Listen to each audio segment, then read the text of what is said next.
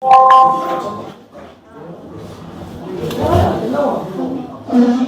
이 단당류들을 조합을 해서 결합을 해서 축합 반응을 통해 가지고서 이당류, 올리고당, 다당류들을 만드는 요 결합 이름을 우리는 그냥 글라이코시릭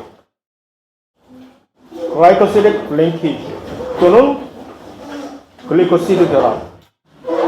별거 아니고 그냥 두 개의 단당류 사이에 빼낼 물이 있으면 OH, 물 하나 빼갖고 연결시키는 그 결합인데 그냥 이름만 글리코시드라고 얘기를 하는 겁니다. 보시면 알겠지만.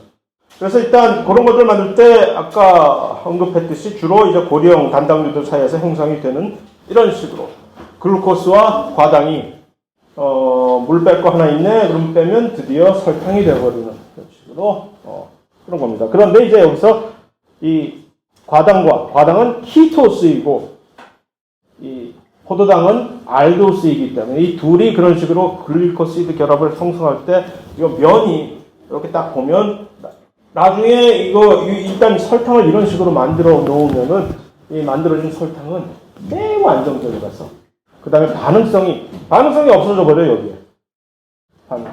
그래서 더 이상 설탕은 화학 반응에 잘 참여를 별로 하고 싶어 하지 않은 그래서 여러분들 실험 시간에 오늘 했는지 안 했는지 모르겠으나 아직 뭐 베네딕트 테스트니 무슨 그 다음에 그 뭐지 환원당 리듀싱 슈가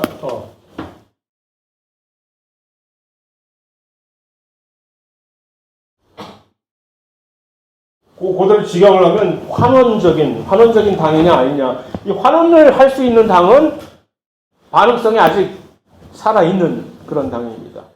그런데 이게 이 환원할 여력을 이제 이 상실을 해버린 화학 반응 거죠. 설탕이 대표적인 그런 non-reducing.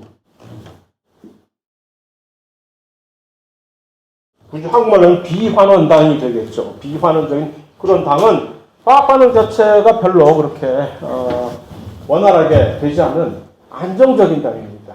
자, 설탕이 왜 그랬을까라는 것을 여기에 또 다 결부가 되는 다사안입니다. 그래서 어쨌든 이당류, 올리고당, 다당류 뭐 이런 식으로 그렇게 계속 글리코시드 결합을 줄줄이 계속 이어 나가면 이렇게 만드는 거야. 그래서 설탕, 메가당, 젖당 같은 것들이 뭐 이당류, 이것만이 이당류는 아니겠지. 대표 주자로 이렇게 있는데 그 중에서 설탕을 이제 잠깐 언급을 하자면 설탕은 유일하게 식물만이 이것을 생성하는 그런 희한한 당입니다. 왜 식물이 굳이 얘네들을 설탕을 굳이 우리를 즐겁게 해주기 위해서 우리에게 아주 과당이 있잖아. 과당으로 즐겁게 해주지 왜 설탕을 꼭 만들어가지고 우리한테 이렇게 단맛을 제공해줬어. 왜 그랬을까? 바로 그 얘기입니다. 설탕은 비환원적인 대표적인 그런 당이기 때문에. 설탕이 식물에서 만들어지는 이유는 뭡니까? 운반용이거든요. 설탕은 운반을 하기 위해서 수송용. 그러니까 설탕은 광합성을 열심히 한 저 친구들이 광합성을 열심히 해서 결국은 일단은 광합설탕 후에 저장용으로 녹말을 쫙 만들어낸단 말이에요. 엽록체 안에다 녹말을 그득 창고에다가 흐뭇하게 재워놓고 이제 이따 밤에 나서 내가 혼자 먹어야지. 그러다가 약간 제정신으로 돌아오면 밑에서 밥 줘요 하고는 저 뿌리 근처에 가 있는 우리 불쌍한 자기 형제들이 반대해 보이거든. 얘네들한테도 뭔가를 줘야지. 나 혼자 먹고 살 수는 없잖아. 저 친구들은 광합성을 못하니까 우리에게 달려있는 거 아니야. 그러니까 당분을 공급을 해줘야 되겠는데 그럼 이제 녹말을 그대로 던져줬다가는 녹말은 뭐 여기저기 막히고 그 다음에 녹말을 갖다 주면 녹말을 갖는 세포 입장에서는 이거 나보고 어떡하라는 얘기야 이거. 이 큰 녹말을 이거 말도 안 되는. 그러니까 잘게 쪼개서 보내줘야 되는데 그러면 포도당 원래 네가 처음에 포도당 만들었잖아. 그래서 포도당 형식으로 보내주면 좋지. 포도당 형식으로 쫙 만들어서 자 먹어라 이놈들아 하고 보내주면 좋은데 가다가 얘는 배달사고가 난다. 포도당은 워낙 반응성이 좋기 때문에 가다가 여기저기서 참새가 방앗간 그냥 못 가는 것처럼 포도당은 어디 가다가 분명히 누구한테 걸려. 저기 포도당 지나간다 하면서 이리 와라. 나랑 놀자.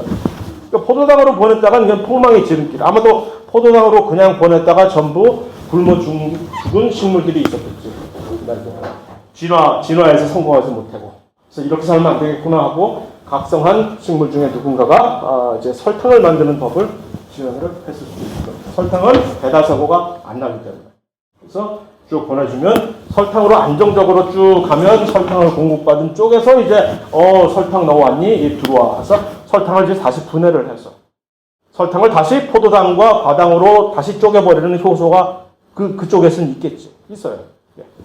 그래서 그걸 이제 수크레이즈라고 하는 그런 효소가 있는데 뭐 그런 식으로 그렇기 때문에 설탕은 유일하게 식물에서 아주 중요하게 운반을 할 때 이런 비환원적인 그런 특성 때문에 그래서 우리 실험실에서 이렇게 해보면 설탕만이 염색이 제대로 안 되는 거지.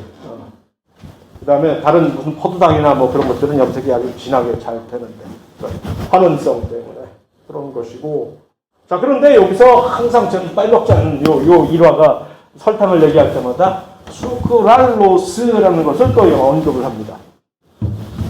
설탕의 이름은 수크로스인데 약 올리냐? 수크랄로스 하면서 딱 나와가지고 나이키와 나이스이 뭐 이런 식으로 유사품에 속지 마세요 하면서 또 등장을 했단 말이에요. 누가 봐도 유사품이죠. 근데 금방 보면 알 수 있잖아요. 뭐가 유사품인지.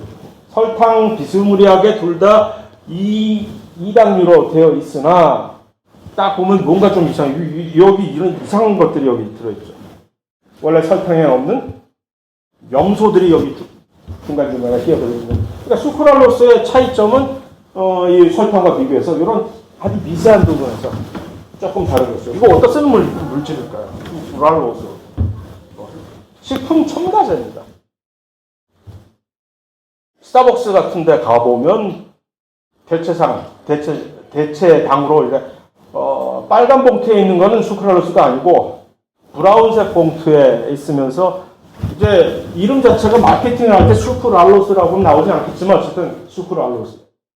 그래서 이거를 처음에 만든 회사에서 원래 처음부터 이런 식으로 대체적으로 이 설탕에 왜 이런 걸 만들었을까? 설탕 좋은데 왜 설탕 대신에 설탕보다 훨씬 단맛이 좋은 거예요. 500배.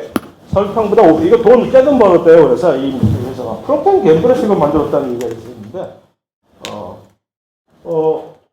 거기에 대한 또 이상한 헛소문도 돌고 있어서 원래는 그 헛소문이 진실인 줄 알고 제가 이걸 수업 시간에 끌어들여라고 했는데 나중에 알고 보니까 그거는 거짓말 가짜 뉴스였고 원래 가짜 뉴스는 어떻게 되냐면 이거를 처음에 살충제로 만들었다. 가짜 뉴스라고. 이게 지금 요즘 통용되는 설탕의 맛에 500배가 단맛이 있는 아주 좋은. 근데 그게 더 중요한 게 아니라 그것보다 더 중요한 것은 단맛은 500배가 있으면서 또 더 좋은 것은 얘가 이렇게 딱 돼 있기 때문에 설탕처럼 우리 몸에 들어가서 칼로리로 설탕을 계속 많이 먹으면 칼로리 하면서 이제 막 불어나게 되는 거예요. 그러니까 아유 설탕 들어있는 거 자꾸 피하려고 그러고 그런데 얘는 한만 들어가도 그대로 다 빠져나간다는 얘기예요. 그래서 그게 아주 좋다는 얘기죠. 맛만 우리에게 살짝 제공해주고서 그동안 즐거웠어 하면서 그대로 우리에게 아무런 대사적인 어떤 효과를 주지 않고 그대로 몸 안에서 빠져나간다는 그게 중요해요. 그래서 이제 그게 대덕인 건데 어쨌든 그것 때문에 처음에 이 가짜뉴스는 뭐라고? 살충제용으로 만들었다라고 그런 가짜뉴스를. 그거 어떻게 그런 가짜뉴스가 실제로 심지어 인터넷에서 여기저기서 막 꽤 공신력 있는 그런 웹사이트에서도 처음에는 몇 년 전까지만 해도 그 가짜뉴스를 진실이냐 막 이렇게 다 써져 있었어요. 근데 그래서 조금 더 자세하게 찾아보니까 그거는 사실이 아닌 것 같고 어쨌든 그 가짜뉴스가 재밌는 것이 아이디어 발상 자체가 이걸 처음에 살충제로 만들었대잖아. 아니 왜 이걸 살충제로 만들어? 전유성도 아니고 여러분들 전유성이 누군지 모르지. 전유성이라는 코미디언이 있었는데 개그할 때 쥐약 개그를 할 때 그거 내가 한번 퍼졌다. 아주 어렸을 때 쥐약을 파는데 이게 쥐약을 어떻게 쓰는 거야? 그러니까 하루 10분 30분씩 쥐 입가에 발라주세요. 그러면 그런 쥐약처럼 아니 이걸 가지고 왜 괜히 곤충을 죽이겠다는 거야? 진짜로 곤충 잡아갖고 입가에 바르려고 이거? 바르면 죽겠어 이거? 그런데 이게 뭐냐면 바로 그 설탕의 500배 단맛? 그러나 전혀 대사가 되지 않는 그 점이 살충제로도 쓰일 수도 있겠구나라는 그런 아이디어가 되는 거죠. 왜 이게 우리 몸에서 대사가 안 될까? 대사가 안 된다는 얘기는 뭐예요 이게? 이당류가 들어가면 아까 뭐라 그랬죠? 설탕이 들어가면은 받아서 받는 설탕을 공급받는 세포에서는 뭐 어떤다고? 들어온 다음에 어떻게 한다고? 분해한다고. 분해하는 효소가 있다는 얘기. 우리도 설탕이 들어오면 아이고 달다 하면서 분해를 해서 에너지원으로 쓰는 거 아니에요. 그런데 얘는 설탕과 거의 흡사하게 생겼는데 분해를 못한다는 거예요. 왜 못하지? 설탕은 누가 분해해? 설탕을 전담을 하는 분해 효소가 분해를 하지. 설탕 같은 애가 들어왔어. 걔가 아주 까칠하다는 얘기. 설탕을 분해하는 효소가. 설탕 왔다 하고 가봤더니 아니네. 너 설탕 아니야. 장난해? 하고 가버린다는 얘기. 아, 이게 안 맞는다는 얘기. 정말 똑같이 생겼는데도 불구하고 효소는 얘가 설탕이 아니라는 것을 인지를 하고 끼워보다가 설탕을 분해하는 효소가 있는데 설탕이 들어왔어. 그럼 딱 끼워서 쫙 뽀개고 가. 하는데 이 수크랄로스가 들어오면은 설탕을 분해하는 효소가 이거 좀 뭔가 이상하다. 안 맞네. 그리고 보내버린다. 가, 그냥. 또 나옵니다. 같은 얘기가. 비슷한 얘기가 여기서 또 나와. 그래서 그러면 이거 살충제로 쓸 수 있겠네. 왜? 곤충을 굶겨 죽이는 거지. 그런 것들이 있어요, 사실. 비슷한 예로 BT톡신 비슷한 것들, 이제 곤충들을, 해충을 죽이는데 그런 단백질이 들어가면 굶어 죽는 거죠. 그래서 설탕이 들어와서 마구마구 먹었는데 곤충들은 이제 여기다 빨대를 꼽잖아. 설탕이 이동하는 그 줄기에 곤충이 딱 붙어갖고 빨대를 쫙 꼽고서 찌 뽑고서 도망가는 게 곤충의 전략인데 그 짓을 딱 하는데 그러니까 여기다가 요거를 수크랄로스를 여기다 딱 뿌려주면 곤충들이 달라붙어가지고 야 설탕이다 달다 하고 막 먹었는데 이상하다 먹어도 왜 배가 고프지 하고 막 그러다가 죽어버린다는 아이디어라는 얘기죠. 정말 좋은 아이디어지. 살충제를 진짜 써볼까봐 진짜. 그런데 심지어 어떤 얘기가 있는지 아세요?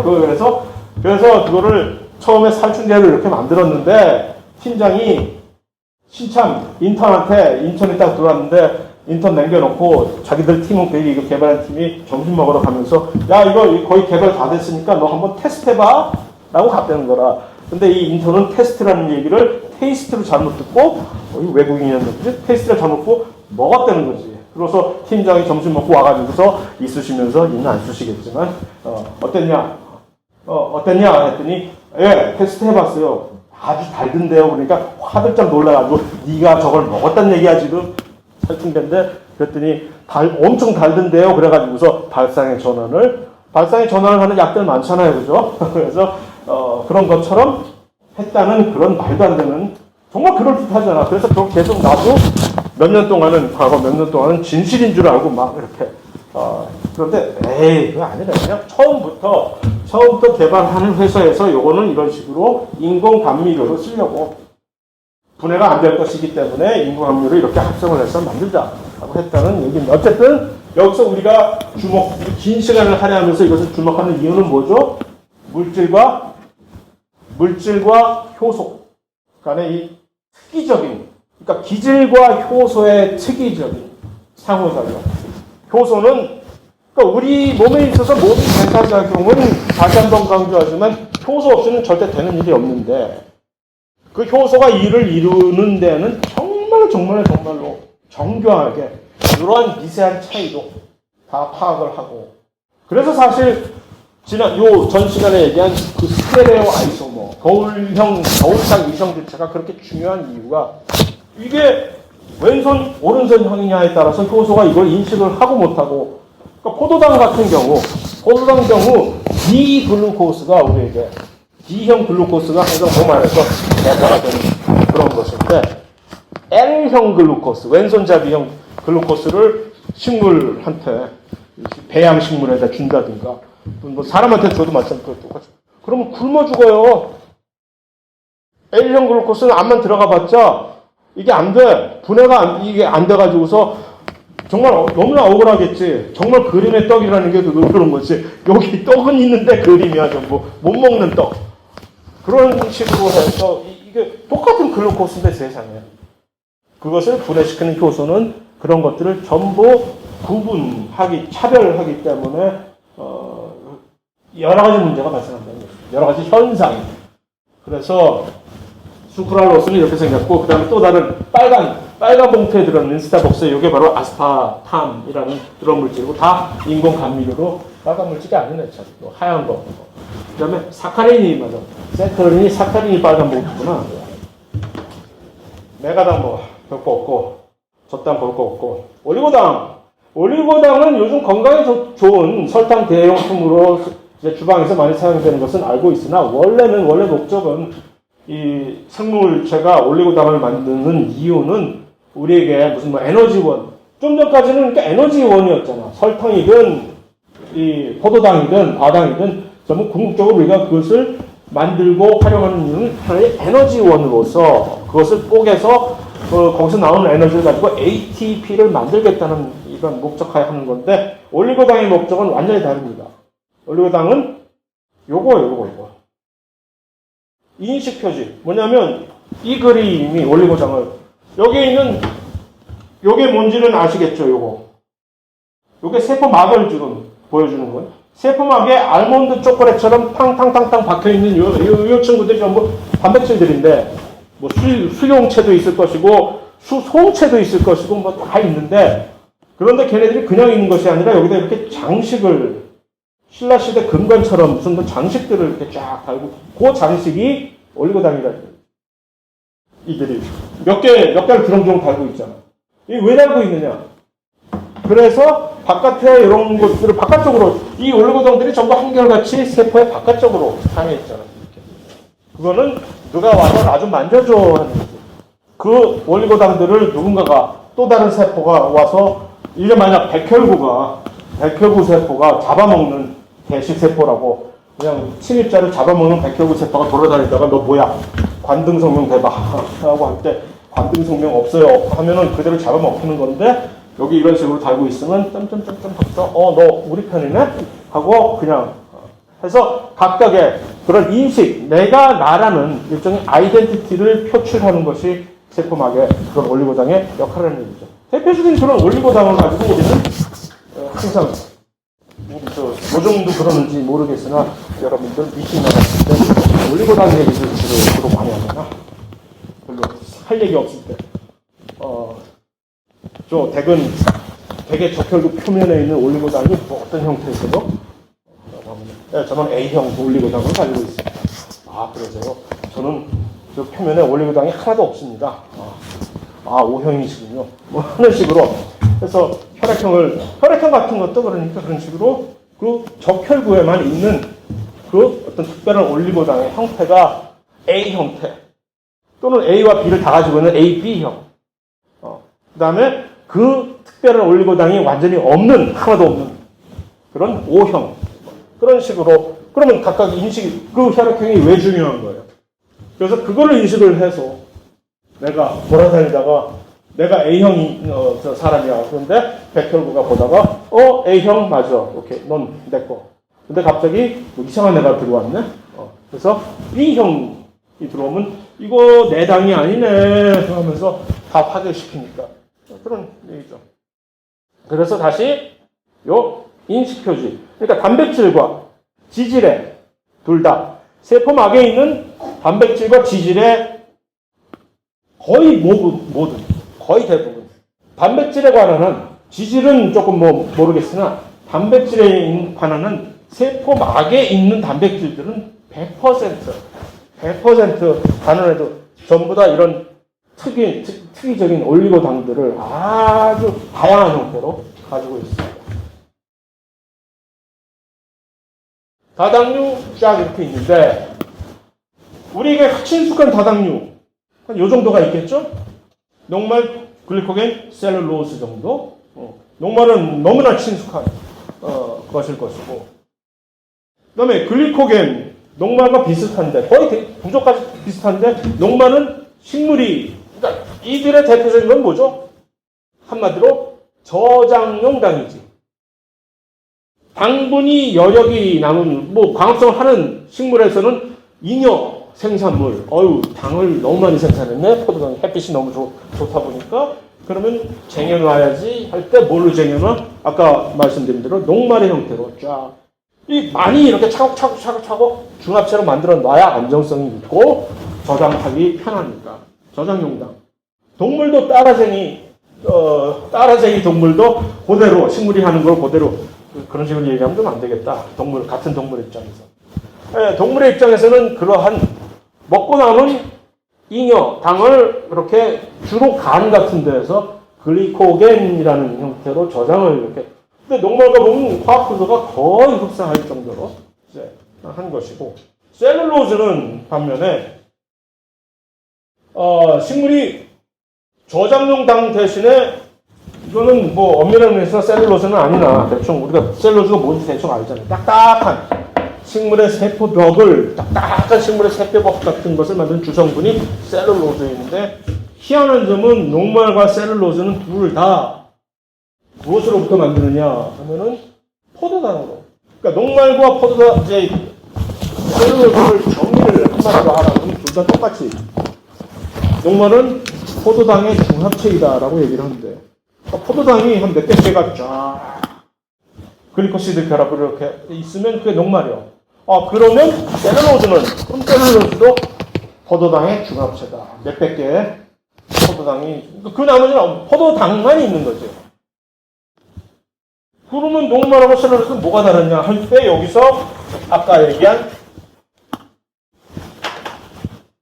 알파냐 베타가 여기서 나오는 거죠. 녹말은 포도당이 알파 글리코시드 형태로 결합을 해서 쫙 해서 여기서 알파 중합체인 것이고, 셀룰로즈는 각각의 포도당들이 아까 얘기한 베타 글리코시드 결합의 형태로 만들어져가지고서 알파와 베타는 물론 훨씬 더 프로페셔널하게 화학적으로 얘기를 하면 좋겠으나 간단하게 알기 쉽게 기억이 훨씬 더 남게 얘기를 한다면 녹말은 결국은 손을 잡고 전부 포도당들이 전부 한 줄로 쫙 서 있는 게 녹말이에요. 포도당들이 전부 한 방향으로 코가 여기 있고 눈이 여기 있어. 하나의 포도당으로서.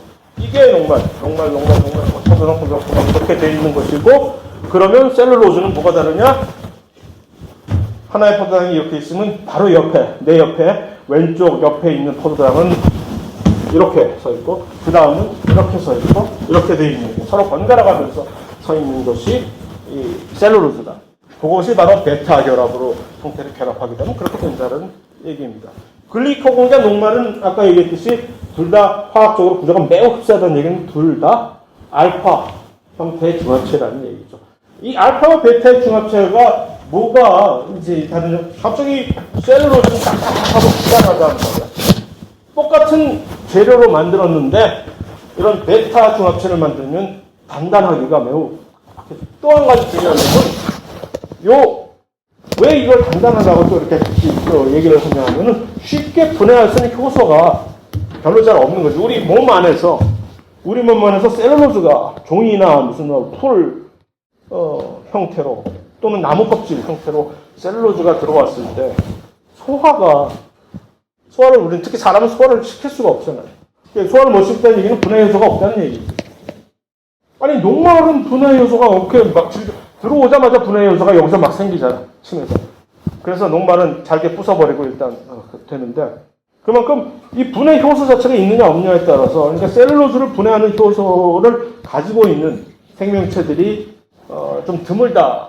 없다는 얘기는 아니지만 장내 미생물 중에는 셀룰로즈를 분해를 할 수 아는 그런 장내 미생물들이 있어서 그래서 소나 무슨 말이나 무슨 염소나 그런 친구들은 그런 장내 미생물들을 이렇게 초치를 해서 초치는 좀 나쁜 말이지. 초대를 해서 같이 삶으로써 이 종이를 씹어먹고 막 풀 뜯어먹고 하는데 사람은 그러다가 옛날에 어느 날 갑자기 그렇게 이 셀룰로즈를 소화를 시켜주던 장내 미생물을 방 빼라 그러고 더 이상 계약 연장 안 해주고 방 빼라 그래가지고 쫓아내버려가지고서 그 자리가 맹장이야. 맹장에 그래서 그 이후로는 우리는 셀룰로스를 소화시킬 수가 없는 그런 되고 뭐 그런 겁니다. 그래서 자, 뭐 그런 얘기, 글리코겐 이런 얘기, 간, 근육에서 주로 저장용으로 쌓아두고 나중에 하는 거, 셀룰로스 지구상의 가장 풍부한 물질 중에 하나니까 분해할 수 있는 효소들이 잘 분해가 안 되니까, 그러니까 덩그러니 많이 남아 있으니까 그렇게 되는 것이고, 이 그림이 알파와 베타의 차이를 보여줍니다. 그거를 차이를 잘 알려고 일부러 하이드록실기에 노란색으로 형광 마크를 했죠. 알파는 한쪽으로 쫙 나열되어 있고 베타는 들쭉 날쭉 하게 되는 거죠. 요 같은 하이드록실기가 위에 갔다 아래 갔다 들쭉 날쭉 이렇게 지그재그로 되어 있으면 이것이 베타 결합체가 되는 거죠. 이게 바로 셀룰로스. 얘는 녹말 또는 글리코겐 된다는 그런 얘기입니다.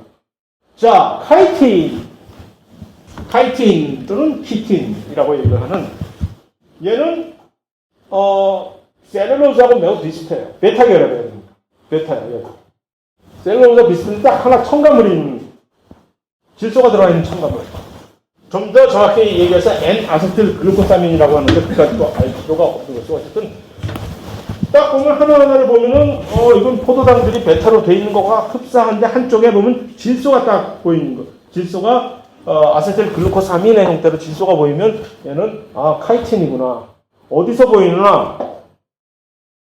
곰팡이도 세포벽이 있는데 곰팡이 세포벽은 식물의 세포벽과는 다르게, 그러니까 셀룰로스와 이 카이틴의 이 경계선에서 서로 진화되는 그 과정에서 서로 간에 전략을 달리했다고 볼 수가 있겠죠. 둘 다 세포벽 구실을 하기에 충분할 만큼 이 단단한 그런 베타 중합체로서의 그런 특성을 가진 단단한 물질이라는 것은 뭐 변함이 없고, 또 한 가지는 딱정벌레, 바퀴벌레 소리는 이제 그만할래. 딱정벌레를 길 가다가 한 번 밟았다 부스럭 소리가 날 거 아니야. 그 소리, 왜 이게 크런치 하는 그 소리가 왜 날까?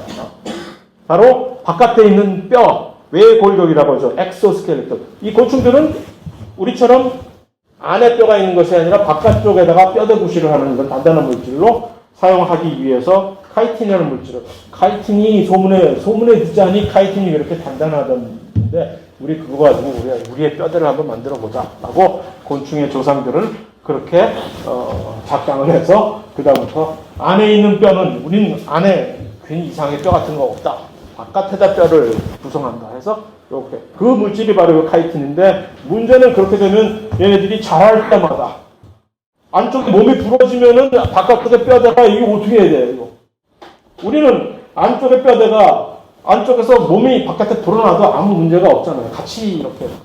그래서 그럴 때마다 껍질을 벗어야 되는 그런 수모를, 불편과 수모를 겪어야 되는 것이지만 어쨌든 이게 그렇게 돼 있다는 얘기입니다. 바깥쪽에 있는 그런. 그 다음에 뭐 구세를 맞추기 위해서 세포벽 얘기가 나왔으니까, 그러니까 동물만 세포벽이 없는 거 아니에요. 나머지는 전부 다 세포벽이 있으니까 세균까지도 세포벽이 있는데 각각의 이 식물, 균류, 그다음에 세균의 세포벽을 이루는 구성 물질이 다 다르네라는 거지. 전부 다 세포벽이니까 단단한 그런 보호막 구실은 해야 되는데, 뭐로 가도 서울만 가면 되듯이 무엇을 쓰든지 간에 그런 보호막 구실을 해주면 되는 거 아니야. 그래서 얘도 당에다가 아미노산을 좀 쳐볼까 하고 이렇게 뭐 별의별 요리를 해서 그걸 다 개발을 하는 거죠. 뭐. 그래서 이 아미노산을 좀 첨가하면 어떻게 될까 해서 만든 것이 그들이 얘기하는 펩타이도 글라이칸이라고 하는, 펩티도글리칸이라고 한국말로 얘기를 하는 그것이 이제 세균의 세포벽인데, 좋은 점은 뭐냐면 그런 식으로 각각이 서로 이렇게 각각 다른 물질들을 쓰니까 우리 입장에서는 그들만의 특성을 딱딱딱딱 집어가지고서 그들의 약점을 공격하면은, 예를 들어서 항생제 중에서 가장 대표적인 페니실린은 무엇을 타겟으로 하느냐? 바로 이 펩티도글라이칸을 펩티드 글라이칸을 합성하는 효소를 저해를 하면은 얘네들은 세포벽을 못 만들면 얘는 그냥 죽어. 세균의 입장에서. 그리고 우리에게는 얼마나 좋아? 우리는 세포벽이 없으니 페니실린 암만 먹어도 아무 문제가 없는 것이고. 그래서 아무 문제가 없는 건 사실 조금 사실이 달라요. 그래서 어쨌든 그런 식으로. 또 식물의 세포벽은 셀룰로즈로 되어 있어. 그러면 식물을 가장 괴롭히는 이 그룹의 생명체는 누굴까? 식물 입장에서는 정말 니들은 정말 지겹다, 지겨워. 우리 입장에서는 바이러스가 그렇잖아. 바이러스 정말 지겹고 지겨워 이런 식으로. 우리의 유전체, 인간 유전체 분석을 끝내놓고 보니까 그동안에 바이러스가 얼마나 우리를 침입해가지고서 들어왔다 나갔다 하는 그 흔적이 고스란히 유전체에 다 들어와 있는 것처럼 그동안 얼마나 처절한 싸움을 했었는지가 이미 다 우리의 유전체에 기록이 되어 있는 것처럼 식물 입장에서는 뭘까? 누가 제일 지겨울까? 곰팡이가 제일 지겨워. 곰팡이들이 그냥 식물들을 그럼 곰팡이 입장에서는 식물을 그런 식으로 이렇게 효과적으로 감염시켜서 식물에 고열을 빨아먹으려면 식물을 곰팡이 입장에서 뭐를 가지고 있는 것이 가장 좋을까? 식물의 세포벽을 분해시키는 효소를 특기적으로 가지고 있는 거예요. 그래서 곰팡이는 특히 식물 세포벽, 셀룰레이즈라고 하는 셀룰로스를 분해시키는 효소. 이게 아주 풍부합니다, 곰팡이. 그래서 우리가 사람이 실험할 때 실험실에서 셀룰레이즈를 추출을 해서 정제해서 써야 될 경우도 많은데 그걸 다 어디서 쓰게? 곰팡이 키워가지고 거기서 정제했어. 뭐 그런 식으로. 그러면 식물 입장에서는 곰팡이 저놈의 새끼들 미안합니다. 취소. 곰팡이 저분들 어떻게 하면 퇴치를 할 수가 있을까? 그럼 곰팡이의 특이적인 세포벽 카이틴을 분해하는 효소가 식물은 또 아주 특이적으로 개발해서 가지고 있는. 그 카이틴을 분해하는 효소는 뭐라고 이름 붙이면 좋을까? 카이티네이즈라고 하면 되지. 그래서 서로 그런 식으로 막 군비 경쟁을 벌이면서 진화를 해오고 있는 게 여기서도 딱 드러나는 그런 겁니다. 탄수화물 끝냈고 너무 천천히 나가긴 하지만 어쨌든 탄수화물 끝냈다. 지질 탄수화물 극성이라고 했죠. 왜? 산소 때문에. OH의 형태는 탄수화물을 보니까 일종의 기본적으로 친수성이에요. 다시 말해서 탄수화물을 뭐든지 간에 탄수화물을 포도당이 됐든 설탕이 됐든 뭐 녹말의 경우는 더 말할 것도 없고 등치가 크니까 걔네들을 밖에서 우리 세포 외부에서 안으로 수입을 하거나 또는 밖으로 내던지려고 할 때 항상 그걸 염두에 두는 거예요. 무슨 문제? 일단 세포막 자유로 통과 안 되겠지. 친수성이기 때문에. 왜 우리가 친수성, 소수성을 항상 그렇게 염두에 두냐면 일단은 우리의 이 가장 이 바깥쪽에 있는 그 장벽 세포막에서 그게 걸리는 거거든요. 세포막은 일단은 기본적으로 소수성 물질을 기본으로 하는 것이기 때문에 같은 소수성 물질은 그냥 서로 아는 척인데 끼리끼리 다 통과시켜주는 반면에 조금이라도 극성이 있는 친수성 물질들은 아주 까다롭게 너 못 들어와. 그래서 그러면 그들은 뭐 어떻게 해야 될까? 포도당을 불러들이고 싶을 때는 무엇을 해야 될까? 포도당만을 위한 따로 통로를 마련해야 되겠죠. 그래서 세포막에 엄청나게 많은 전담 수송체 또는 수용체들이 있는 이유가 그런 것이고. 어쨌든 지질은 일단 비극성이니까 그런 걱정 일단은 안 해도 좋겠네. 그러나 지난 시간에 살짝 언급했던 콜레스테롤의 경우는 이제 문제가 조금 다른 얘기지만 비극성이기 때문에 소수성일 것이고 자 이런 종류가 있어요. 일단 지질은 지방과 인지질을 먼저 두 개를 구분할 수 있어야 되는데 흔히 얘기하는 지방이라고 하는 것과 인지질은 조금 세포막의 주 성분이 되는 인지질이 조금 두 개가 서로 다른 결이 다른 것인데 일단 지방 먼저 살펴봅시다. 지방은 허경환 얘기를 다시 한번 떠올리게 되면 포도당들이 엄청 모여있고 몇백 개가 모여있고 또는 몇천 개가 될 수도 있어. 그래서 큰 중합체인 녹말 무슨 뭐 그런 것들을 만든단 말이야. 단위체 하나 가지고 중합체를 커다란 걸 만들잖아요. 지방의 경우는 마치 이 탄수화물의 경우처럼 그런 식으로 단위체 구실을 하는 친구가 누구냐 하면은 이건 지방산이거든요. 지방산이 모여서 지방이라고 하는 중합체를 만드는 거예요.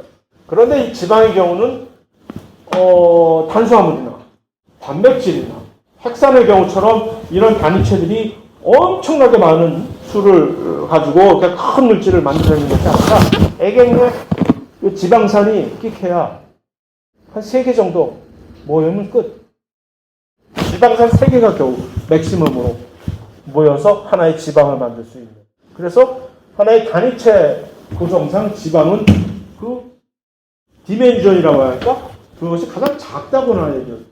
이 우리의 상식과는 조금 약간 다른 그런 현실을 가지고 있는 것이죠. 어쨌든 지방산의 중합체인데 그럼 지방산은 무엇이냐 할 때 일단 지방산 하면 이제 탄화수소라는 것을 머리에 떠올려요. 탄화수소. 그러니까 얘는 물에 안 녹아. 탄화수소가 뭐예요? 탄소, 수소. 그러니까 석유 같은 것들. 그것을 이제 탄화수소라고 하는데 그들이 쫙 있으면 얘네들은 소수성일 수밖에 없지. 그러니까 지방이 모든 지방들이 지방산의 단위에서 일단 지방산 단계에서 일단 자기들이 막다기로 결정한 거야. 난 너희들하고 친할 생각이 전혀 없어. 물 그까짓 게 뭔데? 난 너무 싫어. 하고 이미 노골적으로 이렇게 지들이 탄화수소를 형성을 했는데 어떻게 그러고서 물과 친해지기를 기대를 해? 안 되지.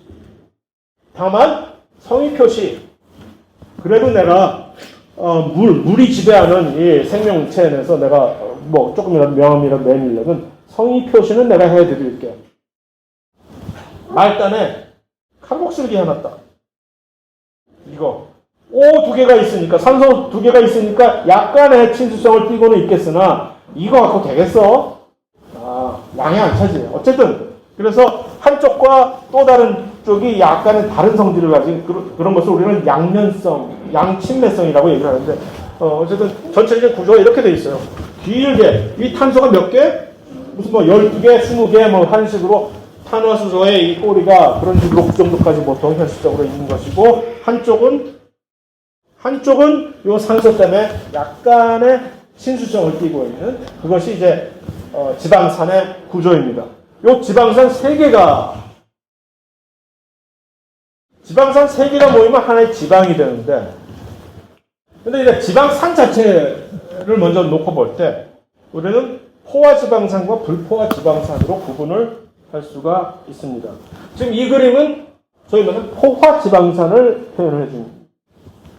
이 지방산의 이 탄화수소 꼬리를 보고 우리는 이것이 포화되었다, 포화가 되지 않았다라고 얘기를 해주는데 포화가 됐다는 얘기는 탄소의 입장에서 탄소가 네 잠재력을 전부 다 지금 다 쓰고 있느냐? 탄소 너 네 잠재력으로 몇 개의 동기결합을 할 수 있어? 4개요. 그럼 4개를 다 지금 사용하고 있는 거야? 그러면 포화가 된다고.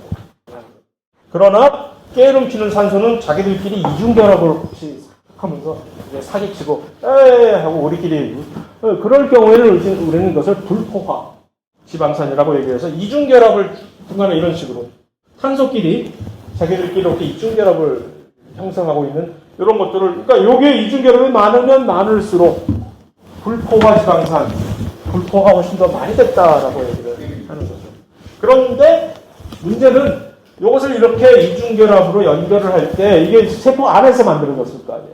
세포 안에서 만들어지다 보니까 세포 안에 그 특별한 진화적인 특성상 이것을 전담하는 효소가 한쪽 방향으로 가요. 자, 시스 트랜스 아이소머가 여기서 나오는 거예요.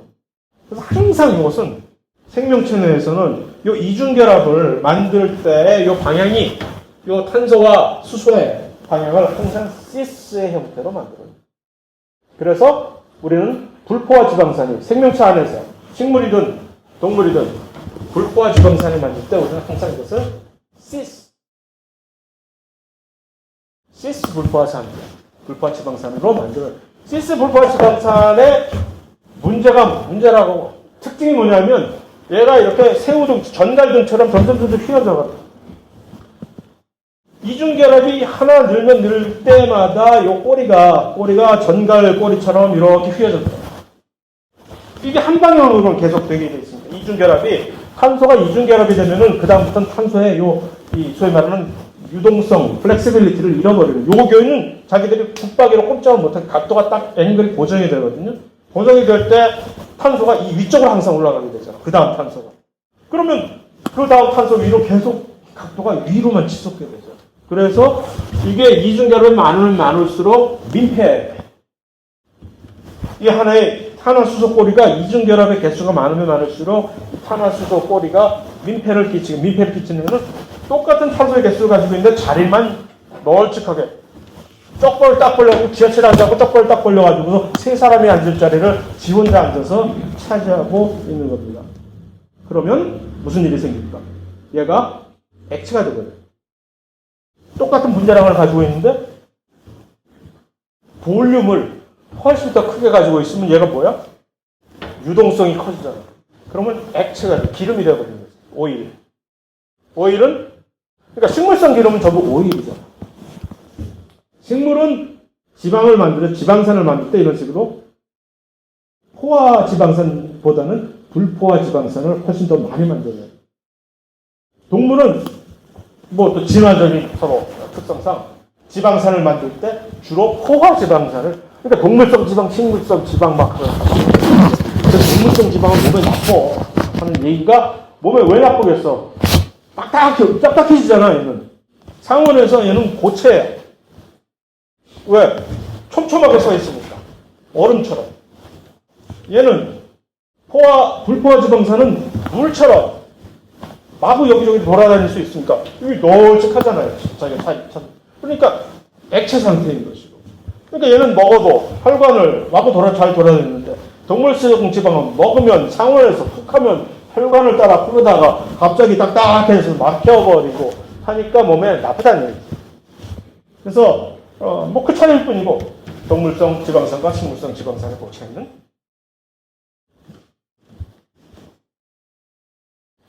이거 역시 축합 반응인데 지방산들이 모여서 하나의 지방을 형성하는 것이 물 하나 빠지는 건데 어디서 물을 빼지 이거? 여기서 빼지. 이거 하기 위해서는 하나의 모듈이 필요해. 글리세롤이라고 하는 알코올이에요. 글리세롤. OH 세 개의 단자가 플러그 단자가 있는 것 같은 그런 모듈인데 여기다가 하나씩 전기선을 꼽는 것처럼 지방산들이 가서 여기 OH 있고 여기 수소 있고 그래서 물 하나씩 빠져나가서 세 개가 덩그러니 이렇게 딱 플러그가 끼워져 있는 것처럼 하면 이게 지방이 되는 거지. 그랬을 때 이제 그러면 이게 동물성 지방이냐 식물성 지방이냐 다시 말해서 포화 지방이냐 불포화 지방이냐는 결국은 여기 2단계에서 이제 결정이 되는 거겠죠.